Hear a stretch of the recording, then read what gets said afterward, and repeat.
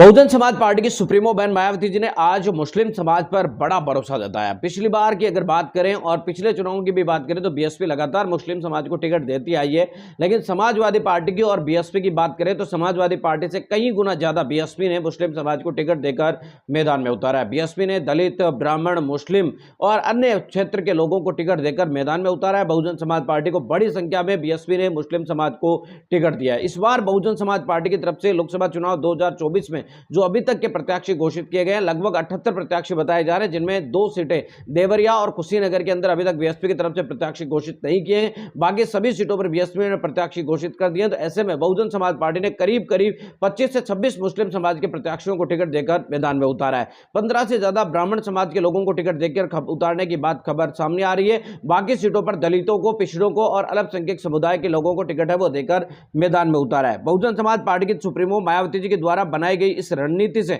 न केवल चुनाव 2024 की लड़ाई है वो रोचक हो चुकी है, बल्कि बहुजन समाज पार्टी ने इंडिया और एनडीए दोनों गठबंधनों की नींद है वो उड़ा रखी है। बीएसपी ने उत्तर प्रदेश की 78 सीटों पर उम्मीदवार घोषित कर दिया। देवरिया, कुशीनगर में पत्ते अभी तक खोले नहीं है। बीएसपी के उम्मीदवारों की लिस्ट देखिए तो अभी तक उन्होंने करीब 24 प्रत्याशी मुस्लिम, 15 प्रत्याशी ब्राह्मणों को है वो टिकट देकर मैदान में उतारा है।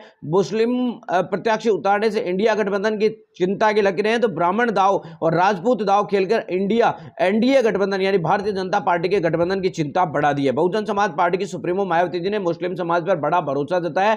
जिन क्षेत्र में दलितों की संख्या बड़ी पैमाने पर है, मुस्लिम समाज अच्छी खासी स्थिति में है, वहां पर बहुजन समाज पार्टी ने दलित मुस्लिम समीकरण को ध्यान में रखते हुए मुस्लिम कैंडिडेट ही उतारे हैं। और जिन क्षेत्रों के अंदर ब्राह्मण और राजपूत क्षेत्रीय चेहरे ज्यादा है, वहां पर आपको बता दें कि ब्राह्मण, दलित और राजपूत क्षत्रिय दलित समीकरण बनाने की कोशिश बीएसपी की तरफ से की गई है। बहुजन समाज पार्टी की सुप्रीमो मायावती जी के द्वारा यहां पर सामाजिक समीकरणों को ध्यान में रखते हुए एक बार फिर से प्रत्याशी मैदान में उतारे गए हैं। लेकिन बीएसपी ने तो मुस्लिम समाज पर बड़ा भरोसा जताया। अब देखना दिलचस्प होगा क्या मुस्लिम समाज बहुजन समाज पार्टी के सुप्रीमो मायावती जी पर भरोसा जताएगा। अगर मुस्लिम समाज बहुजन समाज पार्टी के पक्ष में वोट करता है, दलित बीएसपी के पक्ष में वोट करता है, तो ये आपको बता दें कि बड़ी संख्या में बीएसपी है वो 2009 का अपना जो चुनाव आंकड़ा था उससे भी ज्यादा सीटें है वो जीत कर आ सकती है। अब देखना दिलचस्प होगा कि दलित और मुस्लिम, क्षत्रिय और मुस्लिम और दलित, ये समीकरण आपको बता दें कि बनता है या नहीं। क्या मुस्लिम समाज दलितों को वोट करता है या नहीं, या बीएसपी को वोट करता है या नहीं करता, ये आगे आने वाले दिनों में 4 जून को जब चुनाव नतीजे सामने आएंगे तभी